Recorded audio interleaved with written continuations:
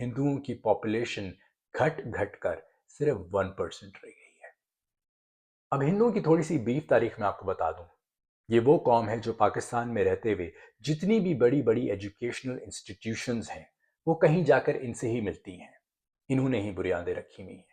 اور سب سے بڑھ کر چونکہ میں سندھ کے ہندوؤں کو بہت قریب سے جانتا ہوں تو وہ تو سب کے سب کاروبار میں اپنے جتے رہتے ہیں۔ کاروباری وہ ہوتا ہے جو اپنے ملک کے لیے ایک ریڑھ کی ہڈی کی حیثیت رکھتا ہے۔ کاروباری وہ ماں کا بیٹا ہوتا ہے جو کما کے اپنی ماں کو دیتا ہے اور اس کی کمر کو مضبوط کرتا ہے۔ سندھ کے رہنے والے جتنے بھی ہندو تھے، بلکہ اور جگہوں پہ بڑے بڑے شہروں میں بھی جہاں جہاں ہندو رہتے تھے، چاہے وہ پشاور ہو یا لاہور ہو، وہ زیادہ تر کاروباری تھے، یا ٹریڈنگ کرتے تھے، یا اپنی فیکٹریاں چلاتے تھے، یا ایکسپورٹس کرتے تھے، جس سے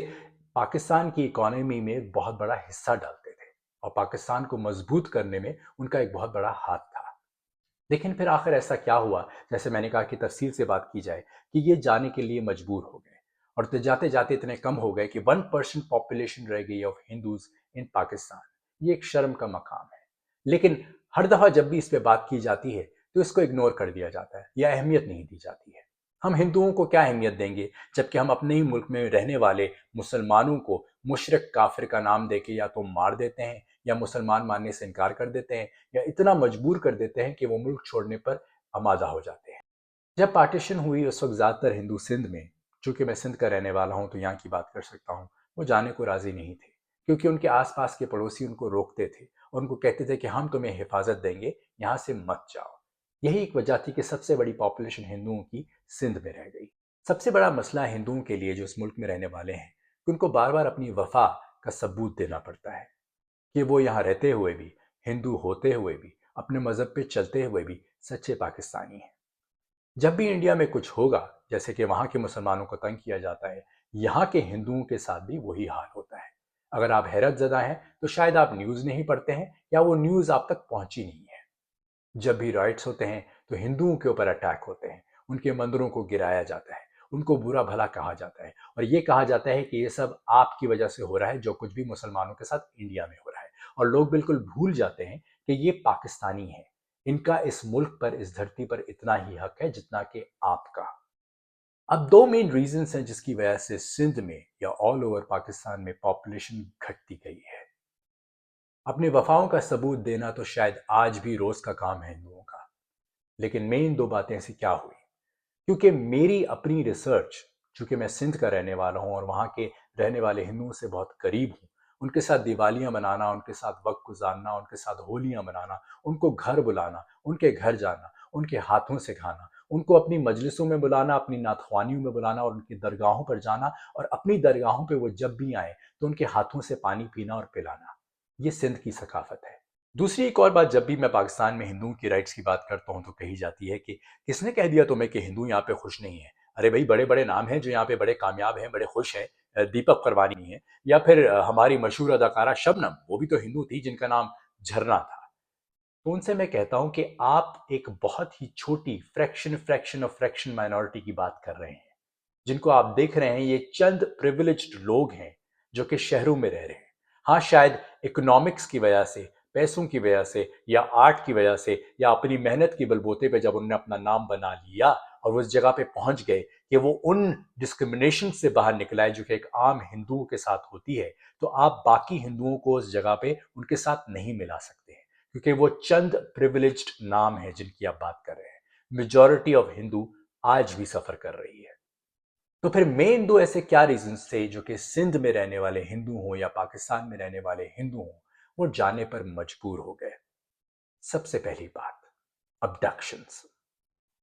جب بھی کوئی ہندو مشہور ہوتا ہے، کامیاب ہوتا ہے، کاروبار میں اپنا نام بناتا ہے اور پیسہ بناتا ہے اپنی دن رات کی جتی ہوئی محنت سے، اپنے پسینے سے، تو سب سے بڑا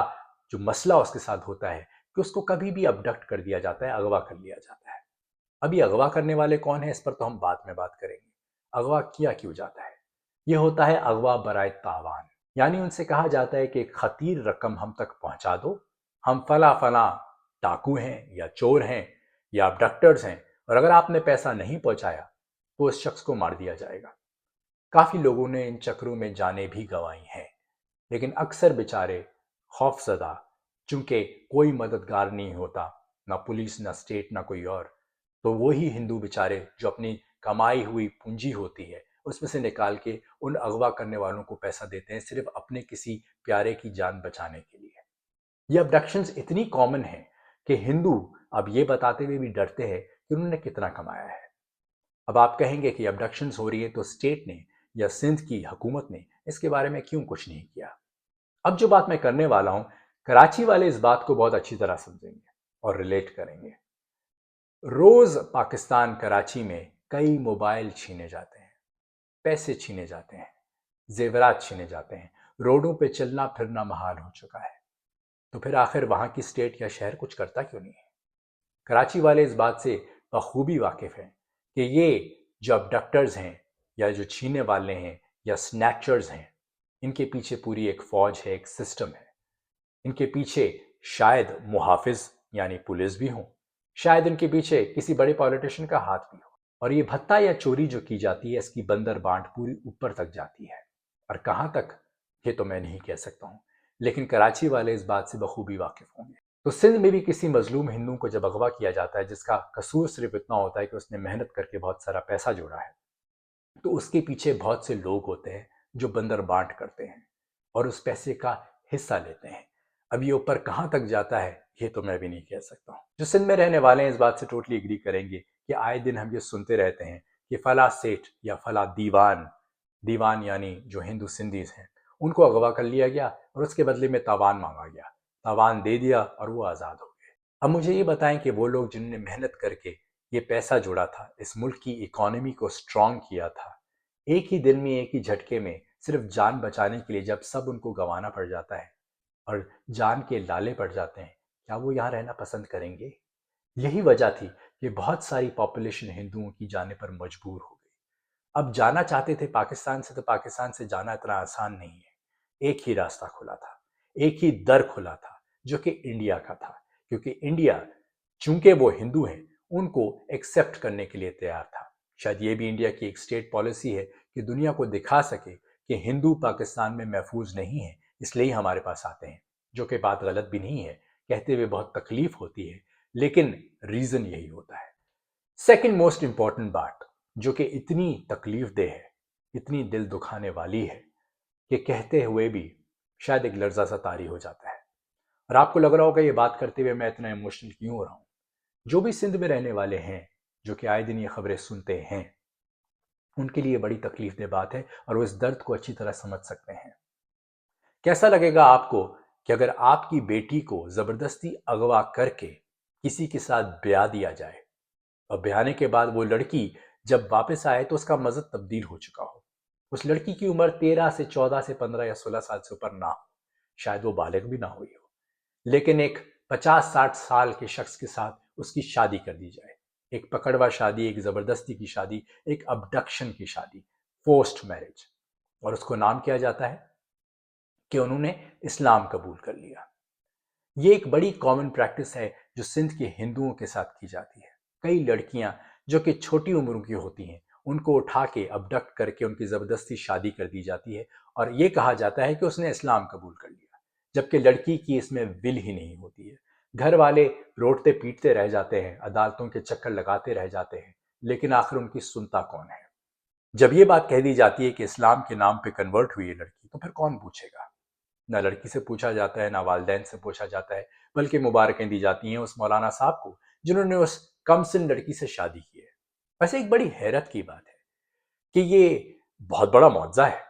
کہ جتنی بھی لڑکیاں اتنی کم سن جو ہیں، 12 سال، 13 سال، 14 سال، 15 سال کی، یہ سب کی سبھی مسلمان ہوتی ہیں۔ ہم نے کبھی نہیں سنا کہ 60 سال کی کوئی خاتون ہندو جو ہیں وہ مسلمان ہو گئی ہوں، یا 80 سال کے کوئی ضعیف شخص ہندو سے مسلمان ہو گئے ہوں، یا پھر 30 سال کا نوجوان لڑکا اسلام کی تعلیمات سے متاثر ہو کے مسلمان ہو گیا ہو۔ یہ کوئی عجیب بات نہیں ہے، اگر کوئی کنورٹ ہو جائے ہوتا بھی ہوگا، لیکن سندھ میں صرف یہ کم سن لڑکیاں ہی کیوں اسلام قبول کرتی ہیں، وہ بھی تب جب ان کی شادیاں ہو جاتی ہیں اپنے سے بھی 3 گنا زیادہ یا 3 گنا بڑی عمر کے شخص کے ساتھ، جو کہ کوئی مولانا ہوتا ہے اس کی اپنی ہی کسی علاقے کا۔ اب ان فیملیوں کے ساتھ کیا ہوتا ہوگا جن کی لڑکیاں اغوا ہو جاتی ہیں اور مذہب کے نام پہ ان کی لڑکی کو بھیٹ چڑھا دیا جاتا ہے۔ نہ وہ واپس آ سکتی ہیں، نہ اپنے مذہب کی طرف واپس لوٹ سکتی ہیں، نہ ہی اپنے ماں باپ سے مل سکتی ہیں، کیونکہ مسلمان ہونے کے بعد اب وہ پاک ہے۔ وہ کسی مولانا صاحب کی عزت ہے تو اب ان کو گھر جانے کی بھی اجازت نہیں ہے، کیونکہ گھر والے ناپاک ہیں، کیونکہ وہ تو کلمہ نہیں پڑھتے ہیں۔ کتنی عجیب سی بات ہے، ایک ایسا مذہب جو کہ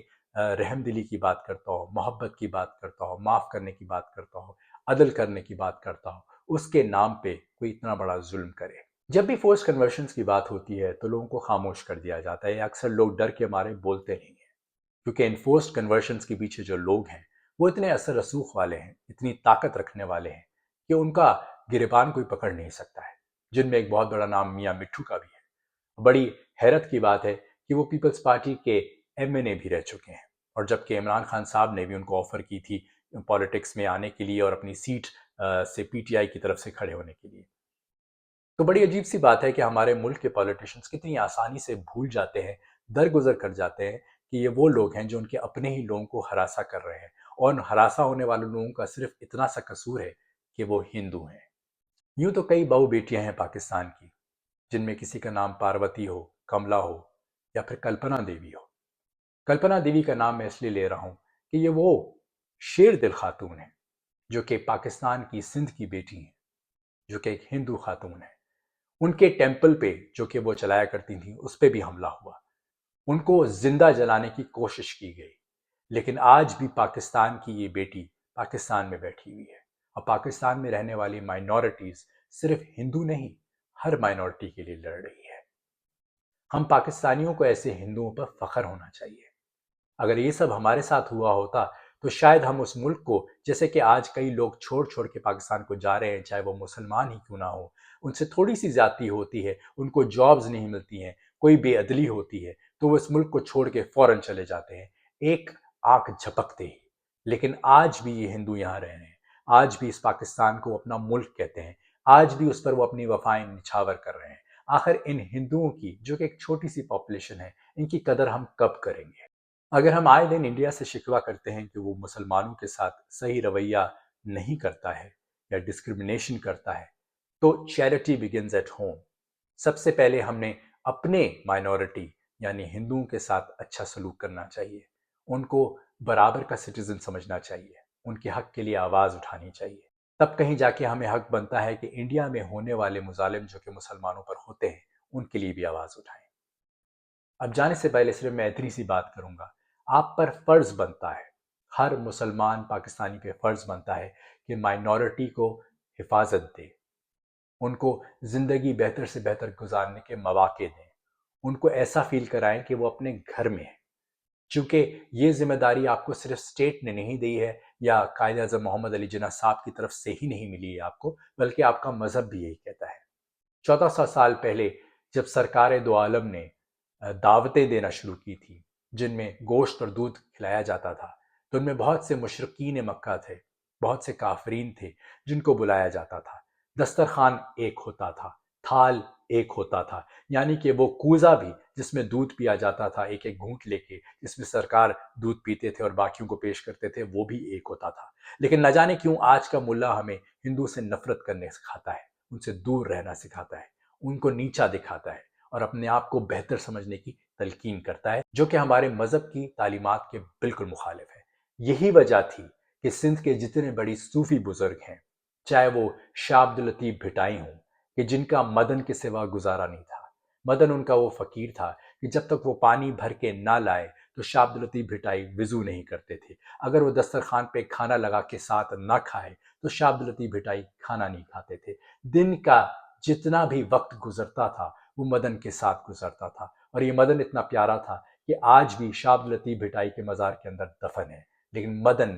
ہندو تھا۔ اور دوسری طرف اگر لال حسین کو پنجاب میں دیکھیں گے تو انہوں نے تو اپنا نام ہی بدل ڈالا اس پیارے فالوور کے لیے، اس پیارے مرید کے لیے جس کا نام مدھو تھا، اور اپنا نام بدل کے مدھو لال حسین کر دیا۔ مدھو بھی ایک ہندو تھا۔ ان سب اللہ کے ولیوں نے جو کہ سرکار رسالت سے معرفت حاصل کر کے سندھ کی دھرتی کی طرف آئے تھے، انہوں نے ہمیں یہی سکھایا کہ ہندوؤں سے محبت کرو، ان کو اپنا بھائی بناؤ۔ اگر کسی طریقے سے ان کو کنورٹ کرنا چاہتے ہو یا اپنی طرف راغب کرنا چاہتے ہو، یا تم سمجھتے ہو کہ تمہارا مذہب بہتر ہے، تو ایک ہی طریقہ ہے، اور وہ ہے محبت، پیار، اخلاق۔ میرا یہ آج کا ویڈیو بنانے کا صرف اتنا ہی مقصد ہے کہ پاکستان میں یوں تو کئی مائنورٹیز ہیں اور کئی مائنورٹیز کے ساتھ ظلم ہوئے ہیں، چاہے وہ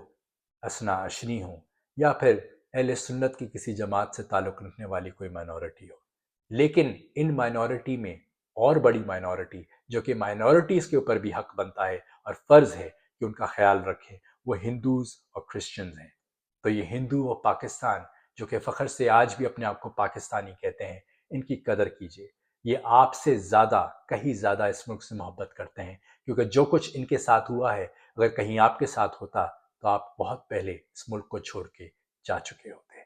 شکریہ۔